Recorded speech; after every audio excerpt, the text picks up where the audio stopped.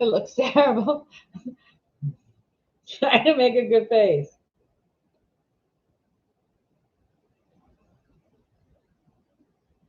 No, it doesn't. I'm lovable and capable of love. Okay. Ah! Oh my God, I'm seeing all the old lady stuff. Oh, I like seeing the old lady stuff. Okay. There'll be only this difference, that in talking familiarly with you, I shall use my right to comment upon the proceedings and explain them as I go along, so that you can understand them better also.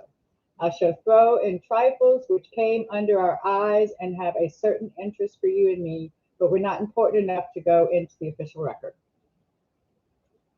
To take up my story now, where I left off, we heard the clanking of Joan's chains down the corridor as she was approaching. Presently, as she appeared, a thrill swept the house, and one heard deep breaths drawn. Two guardsmen followed her at a short distance to the rear.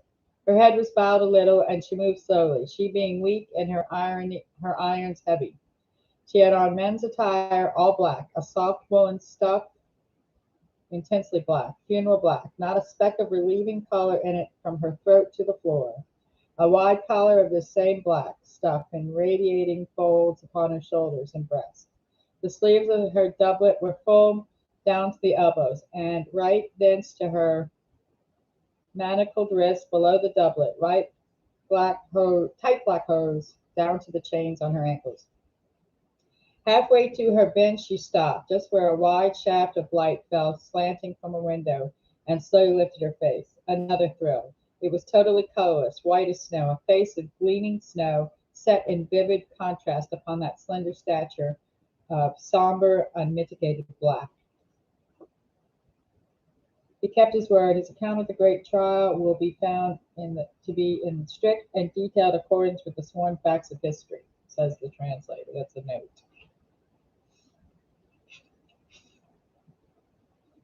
It was smooth and pure and girlish, beautiful beyond belief, infinitely sad and sweet. But dear, dear, when the challenge of those untamed eyes fell upon that judge, and the droop vanished from her form, and it straightened up soldierly and noble, my heart leaped for joy, and I said, all is well, all is well. They have not broken her. They have not conquered her. She is Joan of Arc still. It was plain to me now that there was one spirit there which this dreaded judge could not quell nor make afraid. She moved to her place and mounted the dais and seated herself upon her bench, gathering her chains into her lap and nestling her little white hands there. Then she waited in tranquil dignity, the only person there who seemed unmoved and unexcited.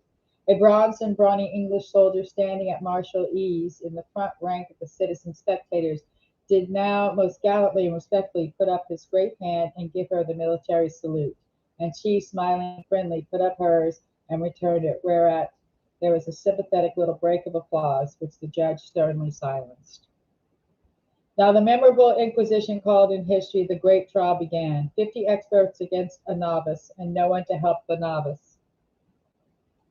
The judge summarized the circumstances of the case and the public reports and suspicions upon which it was based. Then he required Joan to kneel and make oath that she would answer with exact truthfulness to all questions asked her. Joan's mind was not asleep.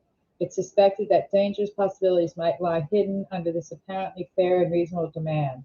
She answered with the simplicity which so often spoiled the enemy's best laid plans in the trials at Poitiers, and said, no, for I do not know what you are going to ask me. You might ask of me things which I could not tell you.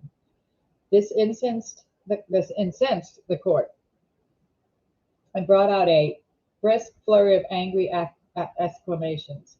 Joan was not disturbed. Cauchon raised his voice and began to speak in the midst of this noise, but he was so angry that he could hardly give his words out. He said, with the divine assistance of our Lord, we require you to expedite these proceedings for the welfare of your conscience. Swear with your hands upon the Gospels that you will answer true to the question which shall be asked of you. And he brought down his fat hand with a crash upon his official table. Jesus, Joan said with composure, as concerning my father and mother and the faith, and since my coming into France, I will gladly answer. But as regards the revelations which I have received from God, my voices have forbidden me to confide them to any save my king.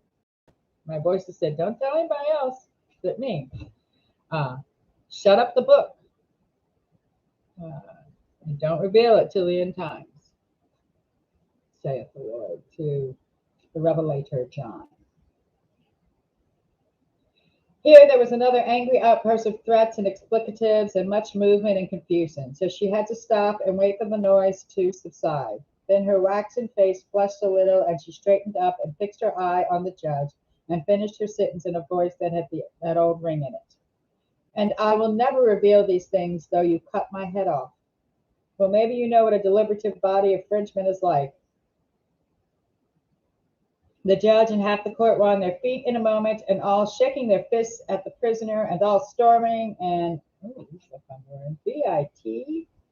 vituperating, vituperating. I like that word, vituperating. At once, so that they could hardly hear that yourself think. They kept this up several minutes, and because Joan sat untroubled and indifferent, they grew madder and noisier all the time. Once she said, a fleeting trace of the old-time mischief in her eye and manner, "Prithee speak one at a time, fair lords, then I will answer all of you. Prithee speak one at a time, dear lords, and then I'll answer you." At the end of the 3 whole hours of furious debating over the oath, the situation had not changed a jot. The bishop was still requiring an unmodified oath. Joan was refusing for the 20th time to take any except the one which she had herself proposed. There was a physical change apparent, but it was confined to a court and judge. They were hoarse, droopy, exhausted by their long frenzy, and they had a sort of haggard look in their faces, poor men, whereas Joan was still placid and reposeful and did not seem noticeably tired. The noise quieted down. There was a waiting pause of some moments' duration. Then the judge surrendered to the prisoner, and with bitterness in his voice told her to take the oath after her own fashion. Joan sunk at once to her knees, and as she laid her hands upon the Gospels, that big English soldier set free his mind. By God, if she were but English, she would not in this place another second.